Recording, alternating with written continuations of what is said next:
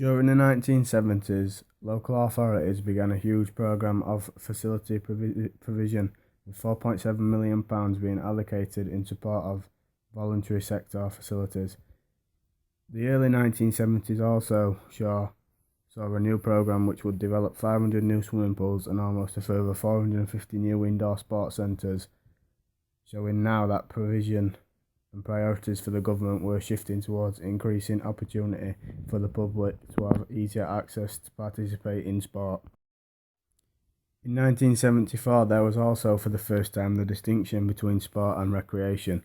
Sport, which is regarded as a performance and excellent dimension of sport development, and recreation, which was concerned with mass participation.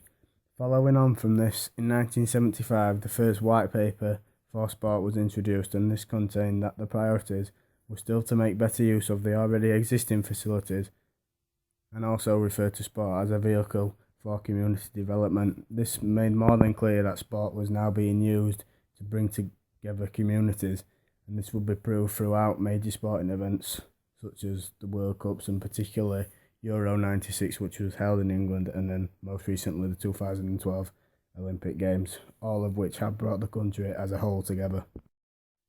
From the 1970s onwards, sport became regarded as an element of the social services by the British government. The political perception of sport as an element within the welfare state was also confirmed in the 1975 White Paper, Sport and Recreation, which was one of the few attempts by the government to provide a comprehensive philosophy of sport and recreation. It refers to the role of sport and recreation in contributing to both the physical well-being of the population as well as the mental side of things.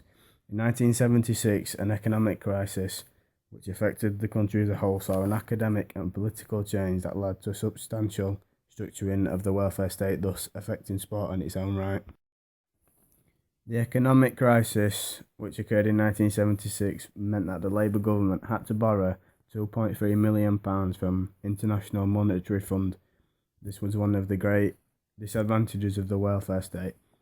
In Great Britain during the 70s, the role of sport in preventing youth delinquency and vandalism was clearly expressed in the White Paper, which was published by the government.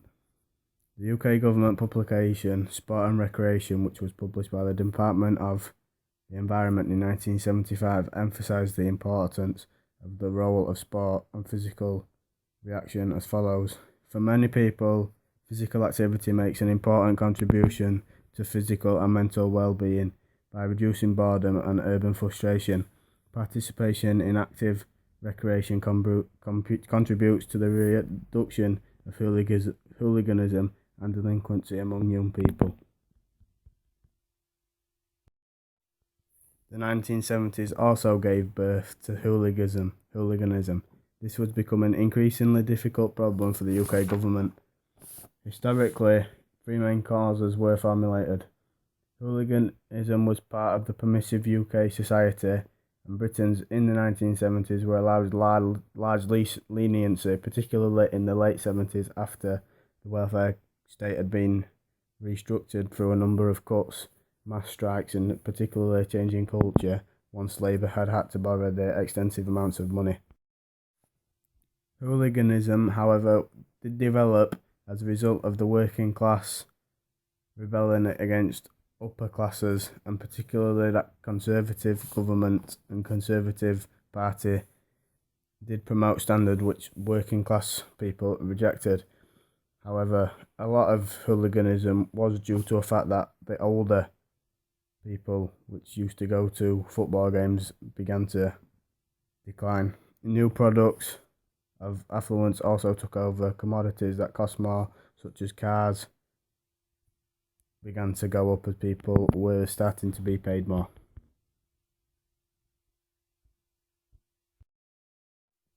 Due to the fact that many older people had stopped going towards football games, this left many unsupervised younger males within the terraces, and in the 1970s the first hooligan firms had emerged.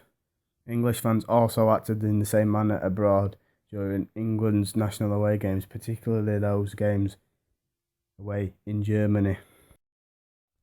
This also began to paint a very bad image for the UK globally, as many foreign fans would see the English fans causing havoc abroad. Within the 70s and particularly the 80s, notable incidents, of course, were the Leeds United fans in Paris after the 1975 European Cup, the Spanish World Cup of '82, where a lot of English fans were detained afterwards, and of course the 1985 European Cup, which resulted in several Juventus fans dying after a Liverpool charge, which left English clubs being banned from Europe for 6 years following the incident. With the Conservatives winning the election in 1979, one of Margaret Thatcher's key elements as she came into power was to overcome the hooligan issue and use sport as a vehicle to achieve this. In 1980, over 1,000 sports centres were created, and by the early 1980s, a dominant definition of participation as well as targeting under-participating groups were created.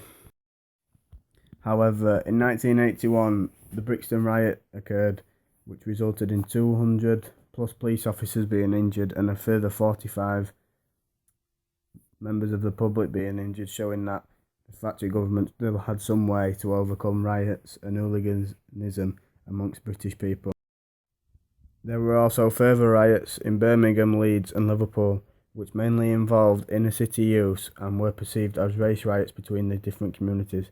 Catalysts for the riots were poor housing, high rates of unemployment and racial tensions, and which made these tensions worse is that the Conservative Party had introduced the Stop and Search Act, which allowed them to stop and search anybody if they were suspicious that they may have committed a crime. These searches were applied disproportionately to the black community, which caused great resentment against the young black males.